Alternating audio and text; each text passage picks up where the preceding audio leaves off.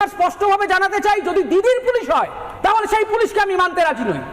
আমি ভারতীয় সংবিধান দ্বারা প্রতিষ্ঠিত পুলিশকে মানতে রাজি আছি, কোন দাদা দিদির পুলিশকে মানতে রাজি নই। পুলিশকে এই চিঠিকে প্রত্যাখ্যান করতে হবে।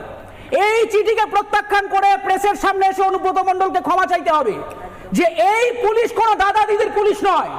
রাজীব কুমার চাকরি করছেন কোন দাদা দিদির বদান্যতায় নয়। রাজীব কুমার চাকরি করছেন ইউপিএসসি পাস করে এসে। রাজীব কুমার চাকরি করছেন এই পশ্চিমবঙ্গের 10 কোটি মানুষের সুরক্ষা দেওয়ার দায়িত্ব রাজীব কুমারের। কোন দাদা দিদির বদান্যতায় তিনি চাকরি করছেন না, নিজের যোগ্যতায় চাকরি করছেন।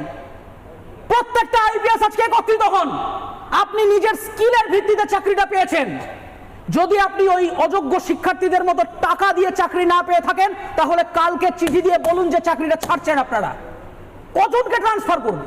সবাইকে সুন্দরবনে ট্রান্সফার করবে? সবাইকে বাঘ দেখতে যাবে? আজকে পুলিশ ডিপার্টমেন্টের এবং সরকারি কর্মচারীদের ইউনাইটেড হওয়ার আশু প্রয়োজন হয়ে